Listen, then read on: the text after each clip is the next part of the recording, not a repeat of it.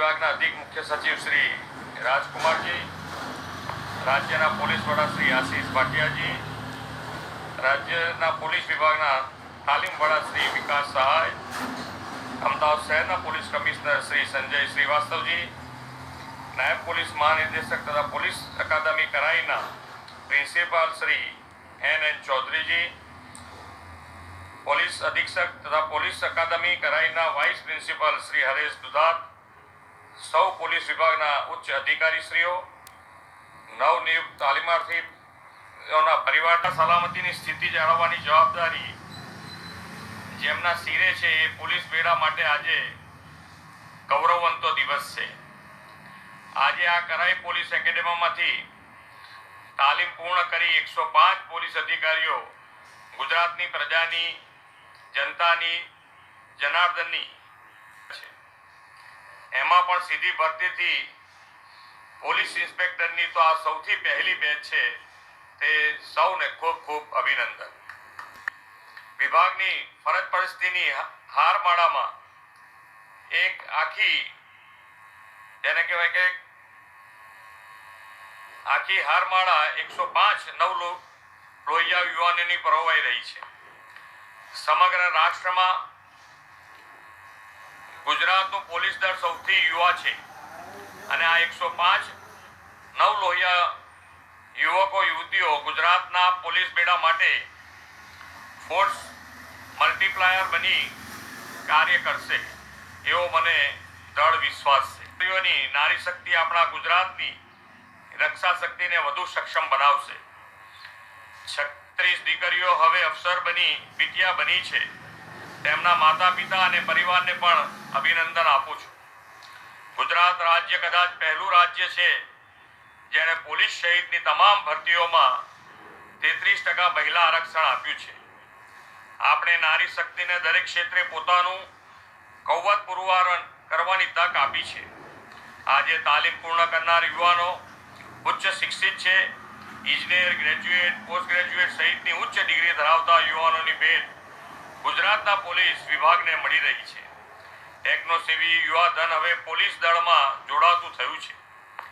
એક સમય હતો કે પોલીસની નોકરી પ્રત્યે આટલો જોગ બહુ ઓછો જોવા મળતો હતો. પોલીસ એટલે ખાકી. પ્રધાન શ્રી નરેન્દ્રભાઈ મોદીએ ગુજરાતમાં પાછલા 2.5 દાયકામાં શક્તિ પંચામૃત આધારિત વિકાસની બુનિયાદ રચી છે. રક્ષા શક્તિ, જનશક્તિ, જલશક્તિ, ઉર્જા શક્તિ અને જ્ઞાન શક્તિની આ પંચધારામાં વિકાસની પ્રથમ શરત એવી રક્ષા શક્તિનું અતિ મહત્વ છે. આ યુગમાં સુરક્ષા સલામતી માત્ર એક જરૂરિયાત રહી નથી પણ પહેલી શરત બની ગઈ છે.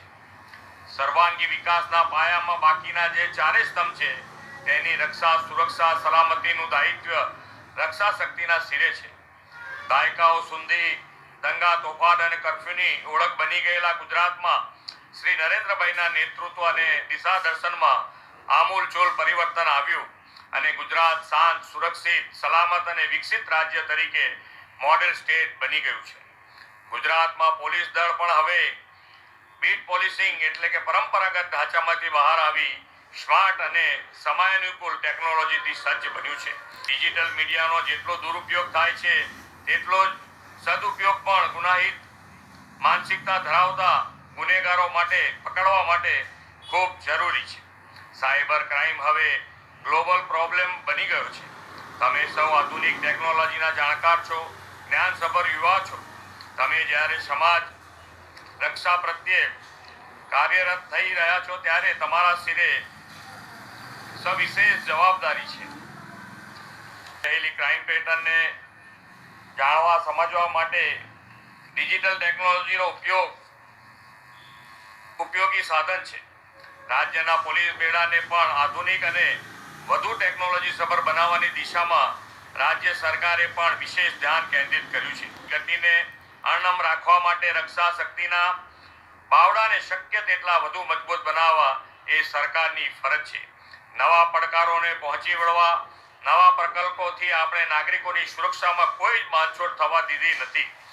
વિશ્વાસ પ્રોજેક્ટ અંતર્ગત સીસીટીવી સર્વેલન્સ, સાયબર આશ્વત પ્રોજેક્ટથી cyber security body phone, camera, speed gun તેના ઉદાહરણો છે.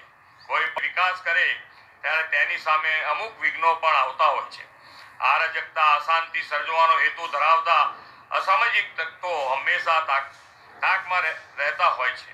આવા અસામાજિક તત્વોને નાથવાની જવાબદારી નિભાવતા પોલીસ દળમાં હવે તમે પણ ફરજરત થયા છો. ક્ષમતા છે. રાજ્ય સરકાર તમને મજબૂત બનાવવા ભરપૂર સહયોગ કરી રહી છે અને કરતી રહેશે. સરકાર તો તમને સપોર્ટ આપવાની જ છે. બોનાફાઇડ ઇન્ટેન્શનથી કરેલા કોઈ પણ સમાજ હિતના કામમાં મારી આ સરકાર તમારી પડખે છે એ વિશ્વાસ રાખજો. આપણું ગુજરાત સમગ્ર દેશમાં શાંતિ સલામતીની દ્રષ્ટિએ શિરમોર છે અને આપણે ગુજરાતને વધુ સલામત સુરક્ષિત બનાવવું છે. રાજ્યમાં વધી રહેલી વસ્તીને ધ્યાને લઈ યોગ્ય સલામતી સુરક્ષા વ્યવસ્થા કરવા આ સરકાર કટિબદ્ધ છે. સરકાર દ્વારા 1382 PSI ની ભરતી અને 10,000 જેટલા લોકરક્ષકની ભરતી પ્રગતિમાં છે. તમે સૌ યુવા છો.